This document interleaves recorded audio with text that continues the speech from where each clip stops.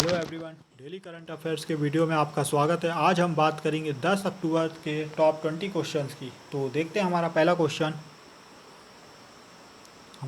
Question है, हाल ही में किसे साल 2020 का शांति नोबेल पुरस्कार देने की घोषणा की गई?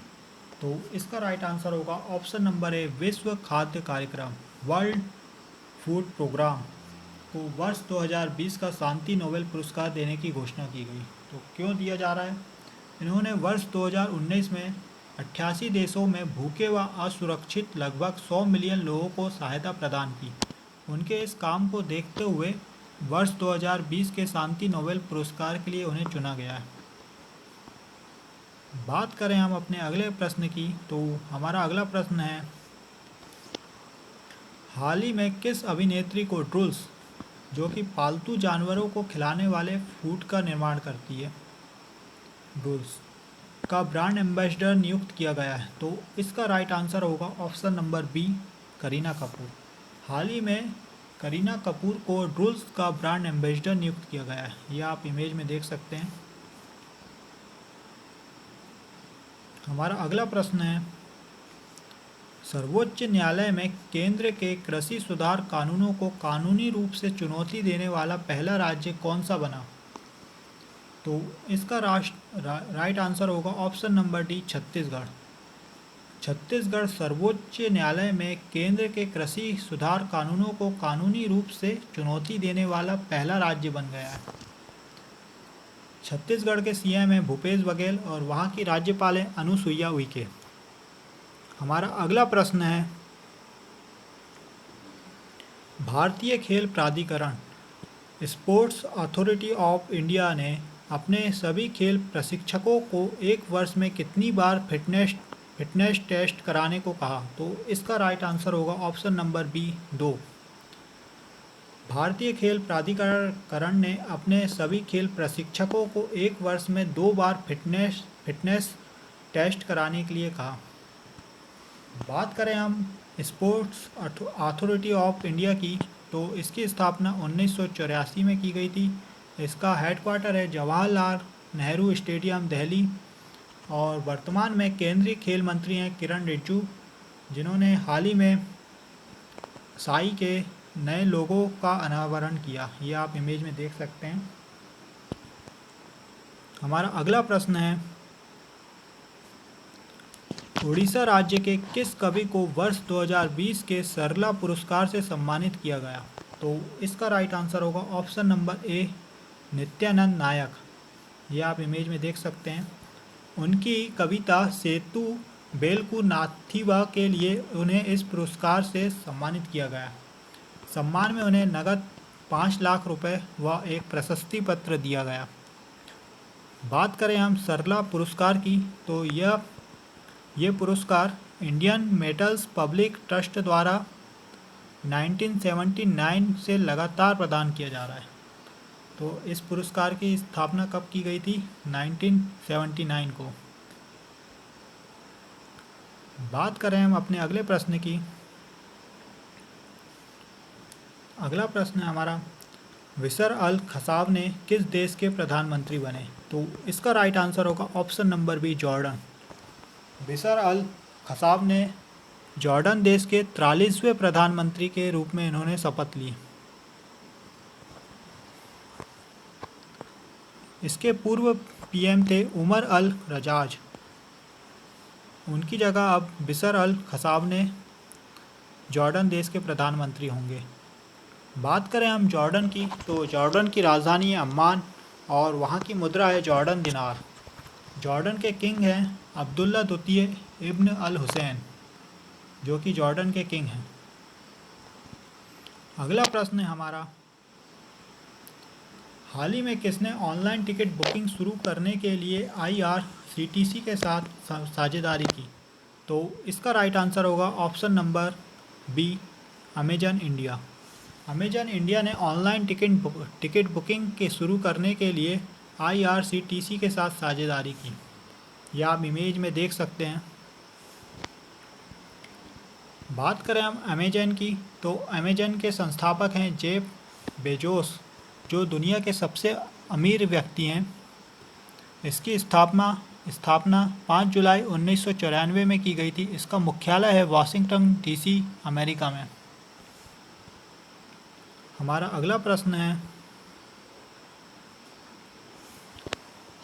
वर्ल्ड बैंक ने चालू वित्त वर्ष 2021 में भारत की जीडीपी कितने प्रतिशत रहने की संभावना जताई?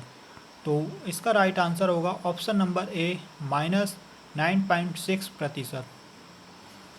वर्ल्ड बैंक ने चालू वित्त वर्ष 2021 में भारत की जीडीपी -9.6% रहने का संभावना जताई।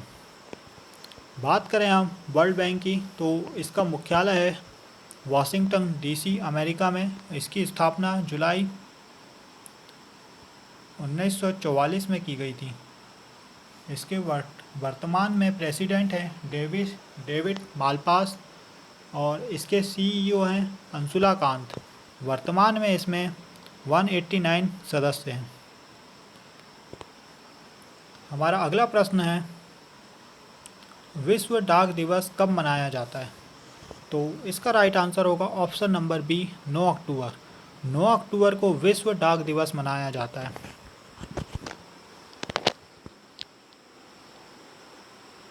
बात करें हम अगर अन्य जानकारी की, तो 9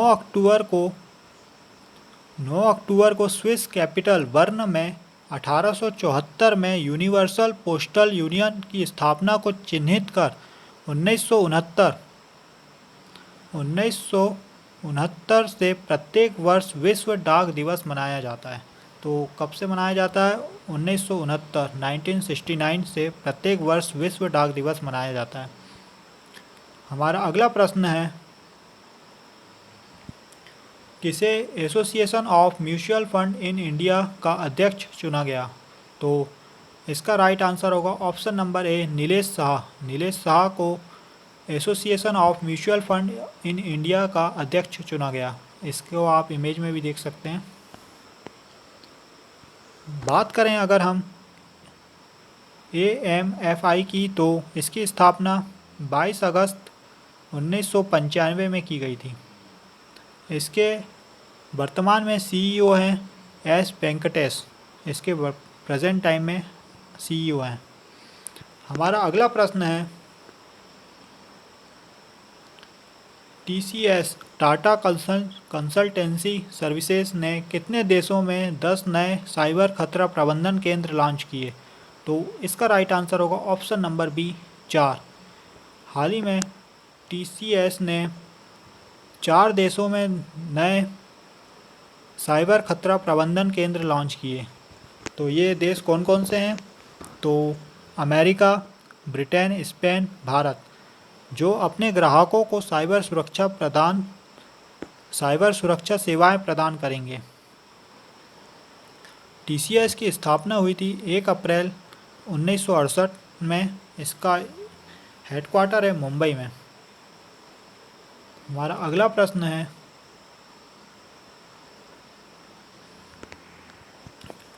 किस राज्य सरकार ने 12,000 छात्रों को कोडिंग में प्रशिक्षित करने के लिए हिंदुस्तान टाइम्स के साथ साझेदारी की? तो इसका राइट आंसर होगा ऑप्शन नंबर ए दिल्ली। दिल्ली सरकार ने 12,000 छात्रों को कोडिंग में प्रशिक्षित करने के लिए हिंदुस्तान टाइम्स के साथ साझेदारी की। दिल्ली के डिप्टी CM मनीष सिसोदिया द्वारा हिंदुस्तान टाइम्स कोडेथॉन का शुभारंभ किया गया। हिंदुस्तान टाइम्स कक्षा 6वीं से लेकर 9वीं तक के छात्रों को HTML, CSS व पाइथन जैसी भाषाओं में कोडिंग सिखाएगा। बात करें अगर हम दिल्ली की, तो दिल्ली के मुख्यमंत्री हैं अरविंद केजरीवाल और वहाँ के राज्यपाल हैं अनिल बैजल। हमारा अगला प्रश्न है, हाल ही में किस राज्य सरकार ने ऑनलाइन संजीवनी OPD सेवा योजना की शुरुआत की? तो इसका राइट आंसर होगा option number B Gujarat. Gujarat सरकार ने ऑनलाइन संजीवनी OPD योजना की शुरुआत की, जिसका उद्देश्य है रोगियों को उनके घरों में सामान्य बीमारी सामान्य बीमारियों के लिए चिकित्सा सुविधा ऑनलाइन प्रदान करना। बात करें हम गुजरात की तो इसके मुख्यमंत्री हैं विजय रूपाणी और राज्यपाल हैं आचार्य देवव्रत। बात करते हैं हम अपने अगले प्रश्न की, तो हमारा अगला प्रश्न है कौन सा राज्य महिला शक्ति लाइन 1090 के तहत एक डेटा एनालिटिकल सेंटर स्थापित करेगा? तो इसका राइट आंसर होगा ऑप्शन नंबर ए, उत्तर प्रदेश। उत्तर प्रदेश राज्य महिला शक्ति लाइन 1090 के तहत एक डेटा एनालिटिकल सेंटर स्थापित करेगा। इस डेटा एनालिटिकल सेंटर की मदद से महिलाओं के खिलाफ अपराध वाले स्थानों को चिन्हित किया जाएगा और वहां पर पुलिस तैनात की जाएगी। बात करें हम उत्तर प्रदेश की तो उत्तर प्रदेश के प्रेजेंट टाइम में चीफ मिनिस्टर हैं योगी आदित्यनाथ और राज्यपाल हैं आनंदीबेन पटेल। हमारा अगला प्रश्न है हाल ही में किसे नीदरलैंड में भारत के अगले राजदूत के रूप में नियुक्त किया गया? तो इसका राइट आंसर होगा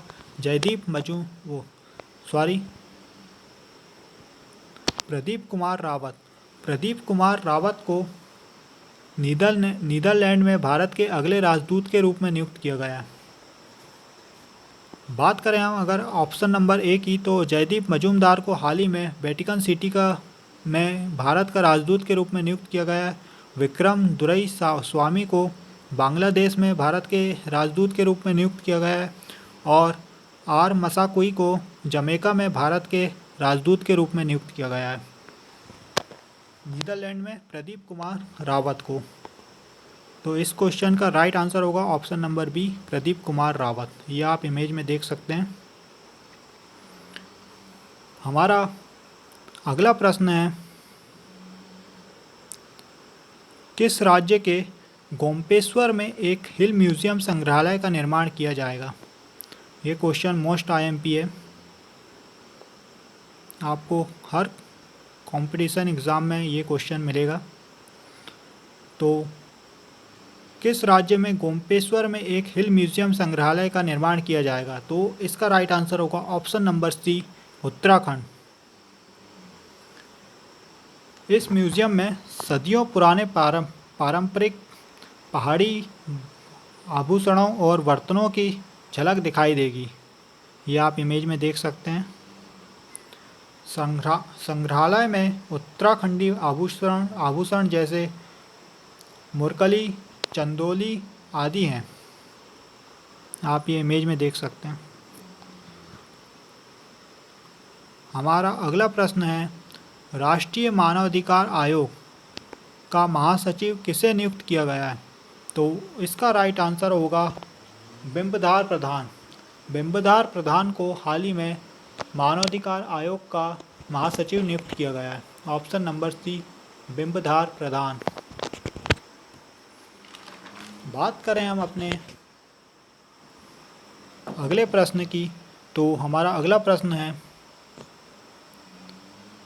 किसे वेस्टर्न कोलफील्ड लिमिटेड WCL के अध्यक्ष व प्रबंधक के रूप में नियुक्त किया गया है? तो इसका राइट आंसर होगा ऑप्शन नंबर ए, मनोज कुमार। मनोज कुमार को वेस्टर्न कोलफील्ड लिमिटेड WCL के अध्यक्ष व प्रबंधक के रूप में नियुक्त किया गया है, जो 31 जनवरी 2024 तक पद पर रहेंगे। WCL का मुख्यालय है नागपुर में। हमारा अगला प्रश्न है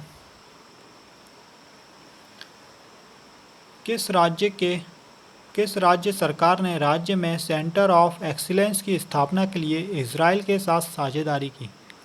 तो इसका राइट आंसर होगा Meghalaya. Option number C, Meghalaya. Meghalaya राज्य सरकार ने सेंटर ऑफ एक्सीलेंस की स्थापना के लिए इजराइल के साथ साझेदारी की। इसका उद्देश्य है किसानों की आजीविका को बेहतर बनाने और उन्हें बढ़ाने के लिए इजराइल के साथ साझेदारी की है। बात करें हम मेघालय की, तो मेघालय के सीएम हैं कानराड संगमा और राज्यपाल हैं सत्यपाल मलिक, जो कि पूर्व में जम्मू कश्मीर के भी राज्यपाल रह चुके हैं। राजधानी है शिलोंग। हमारा अगला प्रश्न है भारत ने किस देश के साथ हल्के वजन के टैंकों का अधिग्रहण के लिए एक MOU पर हस्ताक्षर किए हैं? तो इसका राइट आंसर होगा ऑप्शन नंबर बी, रूस। भारत ने रूस देश के साथ हल्के वजन के टैंकों का अधिग्रहण करने के लिए एक MOU पर हस्ताक्षर किए हैं। तो दोस्तों आज के लिए बस इतना ही। वीडियो पसंद आए तो लाइक कीजिए, शेयर कीजिए और सब्सक्राइब कीजिए। जय हिंद।